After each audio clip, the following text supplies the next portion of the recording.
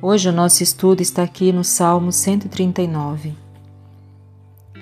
Senhor, Tu me sondaste e me conheces. Tu conheces o meu assentar e o meu levantar. De longe entendes o meu pensamento. Cercas o meu andar e o meu deitar. Conheces todos os meus caminhos. Sem que haja uma palavra na minha língua. Eis que, ó Senhor, tudo conheces. Tu me cercaste em volta e puseste sobre mim a tua mão. Tal ciência é para mim maravilhosíssima, tão alta que não posso atingir. Para onde me irei do teu espírito, ou para onde fugirei da tua face? Se subir ao céu, tu aí estás. Se fizer no Seol a minha cama, eis que tu ali estás também. Se tomar as asas da alva, se habitar nas extremidades do mar, até ali a tua mão me guiará e a tua destra me susterá. Se disser de certo que as trevas me encobrirão, então a noite será luz à roda de mim. Nem ainda as trevas me escondem de ti, mas a noite resplandece como o dia, as trevas, e a luz são para ti a mesma coisa. Pois possuíste o meu interior, entriteceste-me no ventre de minha mãe.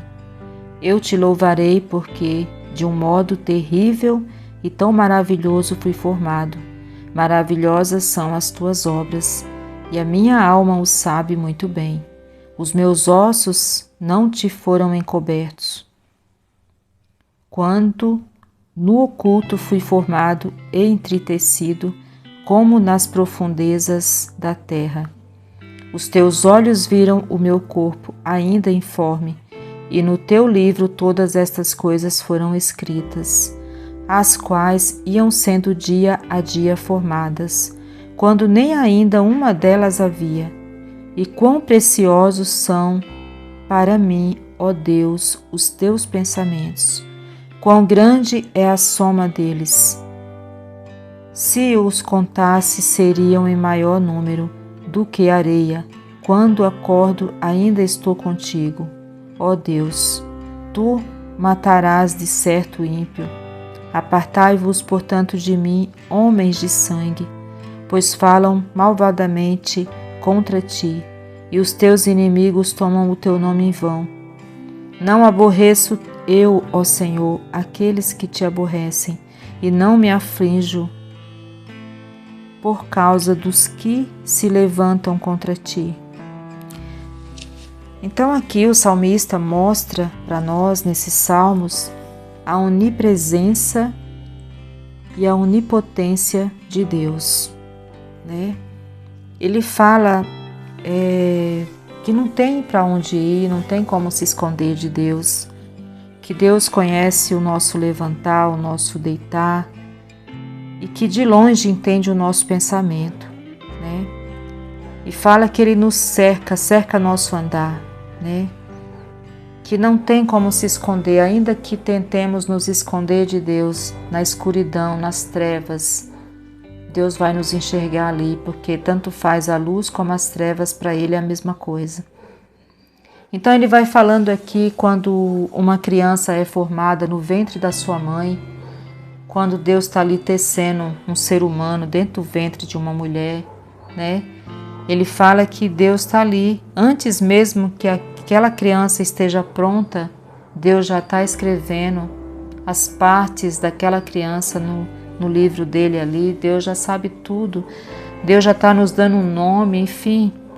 Então é a onisciência de Deus, a onipresença, a onipotência de Deus, né?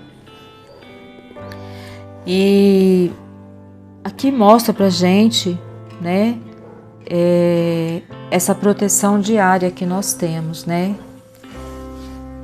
Saber que esse Deus mora no mais altos céus,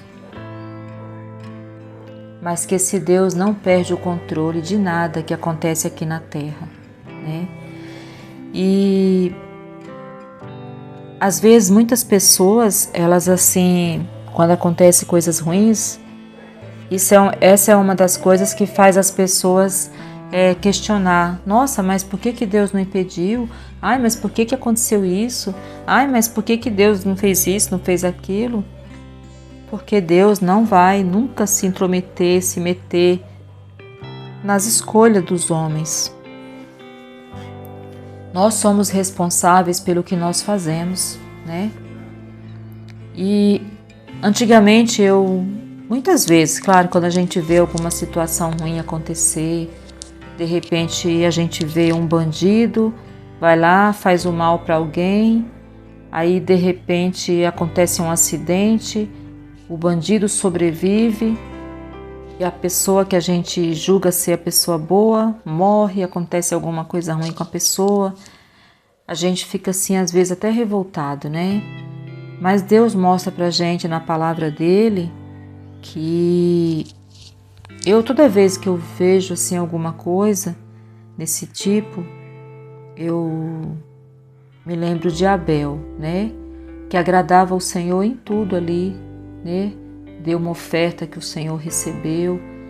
Tipo, a Bíblia fala de Abel como alguém que agradava o Senhor.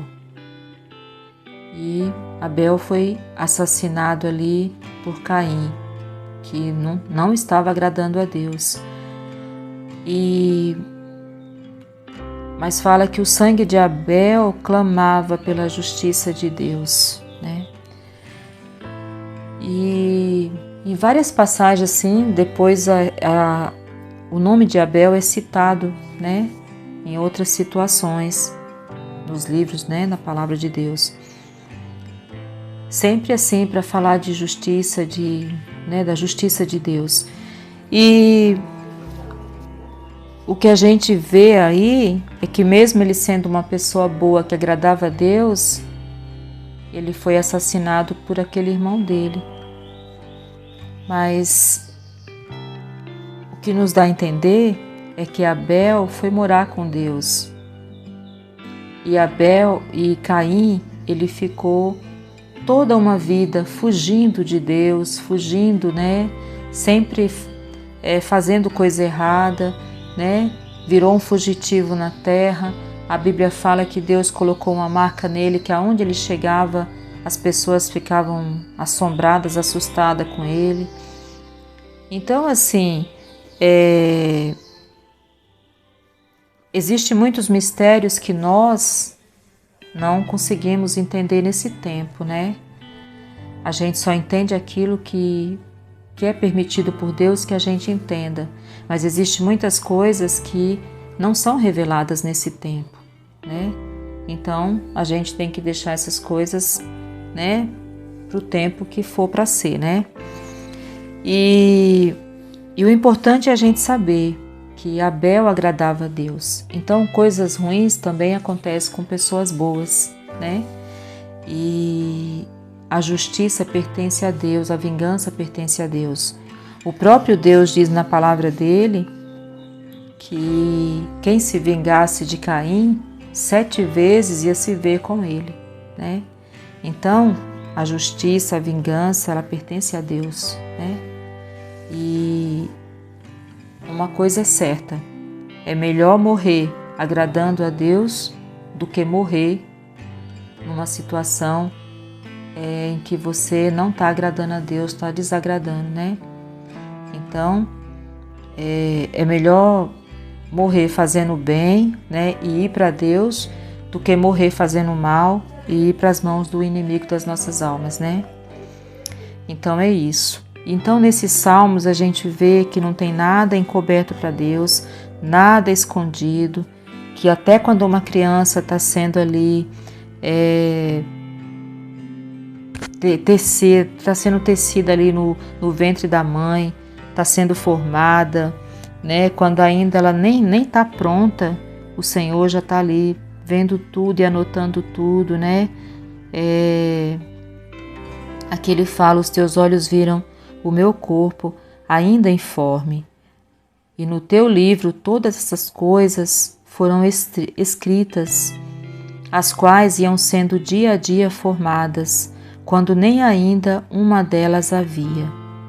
E quão preciosos são para mim, ó Deus, os teus pensamentos.